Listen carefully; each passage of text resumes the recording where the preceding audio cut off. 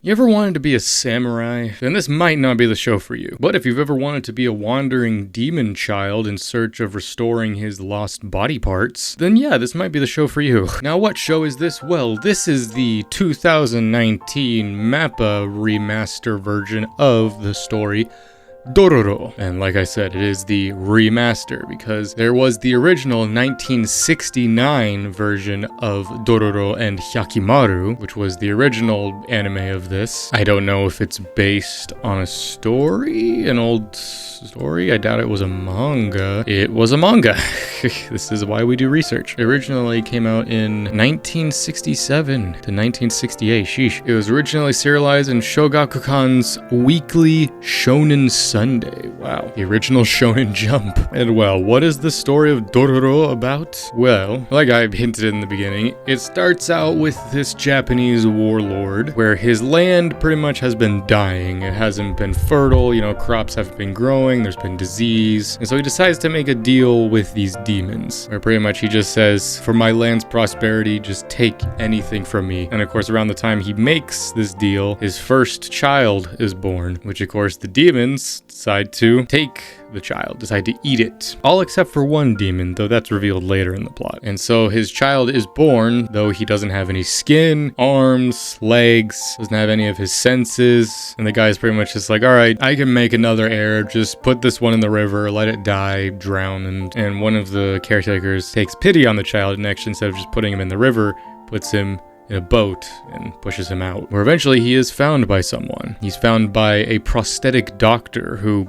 makes prosthetic limbs for people, and he pretty much raises the boy, giving him pretty much an entirely prosthetic body. And eventually years pass, and a boy named Dororo encounters this guy, who is now pretty much a completely prosthetic samurai. He can take off his arms, Android 16 style, and there's swords inside of his arm, which is really cool. And he just hacks and slashes some demons, and after he kills this one demon, he suddenly regains his skin. And Dororo and this guy, who he names Hyakimaru, set off on this journey to find these demons, because it's revealed that the more of these demons he kills, he'll regain his body. And that's pretty much the story. It's sort of like a Monster of the Week kind of show for a little while. Of course, there is an overarching story. There's still Hyakimaru's family, his dad, his mom, and his brother, who eventually was born afterwards. And, through Hyakimaru regaining his body, that deal that the Lord made with the demons eventually is starting to become revoked, because the boy is regaining his body parts. And eventually comes to the point where he realizes the boy is still alive, and he's like, all right, my son, go and kill your brother.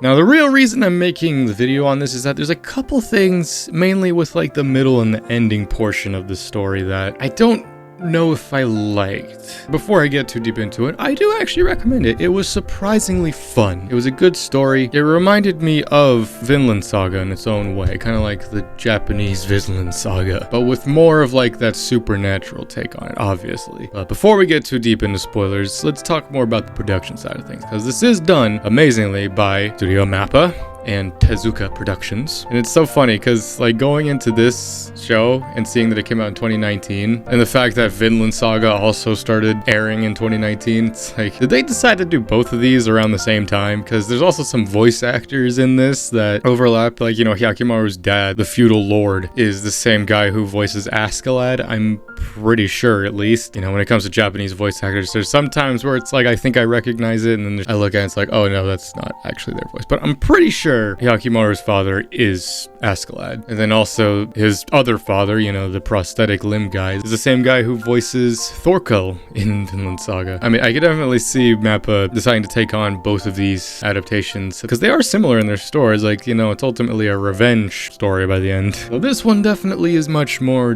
the revenge tale than Vinland Saga was, at least in its first half. But the bulk of why I wanted to make this video was a couple things. First of all, Hyakimaru's brother, Tahomaru, when the time comes where these two storylines finally are starting to converge, or Hyakimaru actually meets face to face with his family for the first time, Tahomaru is like hearing about like this whole story. Like, you could tell there's like that part of him that feels bad for Hyakimaru and almost wants to take his side. But and then he talks to his father, where just like, if this demon is not put down, then our land will suffer. We'll go back to where we were before you were even born. But you can tell that Tahomaru doesn't want to kill. But then all of a sudden, like when the time comes where they actually fight each other, suddenly Tahomaru just picks a side. Like he suddenly is just on his dad's side. That was a part where I was just like, well, that was kind of a jump. He seemed kind of like back and forth on the idea, but then all of a sudden when they're actually face to face with each other, he's all of a sudden like, nope, I'm completely on my dad's side and I'm gonna kill you now. He fights Hyakimaru and Hyakimaru just casually breaks Tahomaru's sword and cuts his eye out, and it's like, okay, I have spoken. And so it pretty much is just this rivalry kind of thing going into the second half of the story. These two brothers like fighting each other. But speaking of brothers, the heart and soul of this show is obviously the relationship between Dororo and Hyakimaru, which is interesting because you go to the original series, which again came out in 1969, and the original title was Dororo and Hyakimaru, whereas this remastered retelling of it is just called Dororo, which going more towards the end, I was seeing that as like maybe this is going to end with Hyakimaru dying and like the main story was about Dororo, but it follows both of them. But I mean, obviously the story is more about Hyakimaru, so it's interesting that they decided to just call it Dororo. I watched a little bit of like the original one after finishing this one. It just mainly because I wanted to see like, what does an anime from 1969 look like? I mean, it's 1969, but I was like, this looks pretty good. But you know, I jumped around to a couple episodes. I'd say the Mappa version pretty much did the same thing. Of course, there was a couple things that were different by the end though, because instead of it having being the two brothers that fight each other at the very end, I think in the original it's like the demons take over his father's body and then they fight at the end. Again, I didn't watch the whole thing. I just watched like pretty much the first episode and then the last episode for the 1969 one. But on that last episode though, this is one I'm not too sure about, the ending. The fight between Hyakimaru and Tahomaru was really good. I liked it. It was fucking beautiful. And I kind of like the symbolic thing of like this last fight is, you know, Tahomaru has both of Hyakimaru's eyes, his two friends have both of his arms, and it's like he has to defeat them. But also like Tahomaru's friends, who like, you know, they were pretty cool in the story, all of a sudden like their deaths were just so abrupt, especially like the big guy's death, like that fucking flame horse ponytail looking ass motherfucker just ripped his head off. I was like, well, no last word for you, I guess. And the last girl got like kicked by the horse and just obliterated. It's like, well, all right then. But then it ends and like the two of them talk, and I thought it was gonna be a thing where then like the big demon comes out and then they fight it together. But no, Tahomaru rips out the eyes, gives them back to Hyakimaru. He goes in the basement, like stabs some crystal, which it's not explained at all what that is, and it dies. And then the whole palace is burning down, and then Hyakimaru and Tahomaru's mother show up, and also the prosthetic guy shows up, you know, his two mamas, I guess, because he calls the prosthetic guy his mama at one point. And you know, they both are like, Hyakimaru, run, get out of here. And then his mom just holds Tahomaru, doesn't try to save him at all. And also the prosthetic guy, like, they're just standing there smiling, and then the whole palace just collapses. So it's like, so the three of them just died, just like that. They fully had the chance to escape.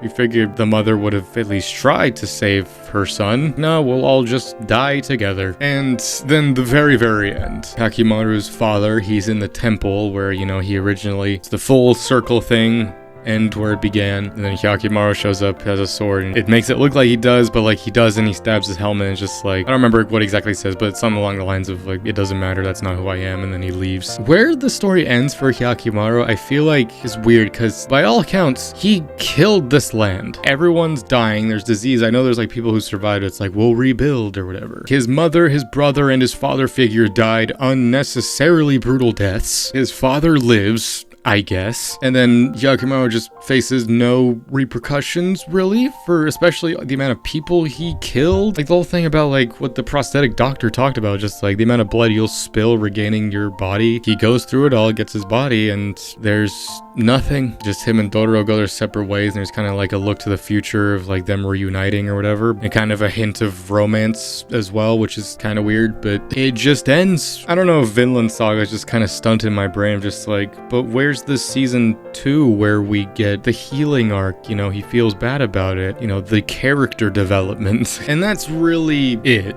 you know? Like, I wasn't emotional at all. I was just so confused with it. Again, I don't know, like, maybe some people, for the most part, like, when I went down in, like, the comments of, like, the last episode, that was pretty much the consensus as well. It was just like, why did the three of them have to die? I feel like you could have had them live and the story's ending would have been no different. And also the whole thing about letting his father live, I feel like you could have had it be more interesting if, like, you see him swing the sword down and it just leaves it at that. It doesn't cut back to, like, him living. It's like, did he kill him? Did he let him live? You know, I feel like it could work either way. You know, he lets him live, which sure is fine, or he kills him, which I feel like still works for this version of the character. Because again, he faces no repercussions for the amount of people he killed. But again, what do I know? Again, I mainly just wanted to talk about that ending for this, because I don't know, it was weird. Also, the fact that Dororo didn't really play a role in the end. He helped Hyakimaru get out of the temple, but like, I thought it was gonna be more of a thing where maybe he's about to kill like his brother or something, and then Dororo stops him maybe. But no. If anything, this version of the story shouldn't have been called Dororo, it should have been called Hyakimaru. It was more about him, but I guess Dororo is easier to remember. But either way, what would I give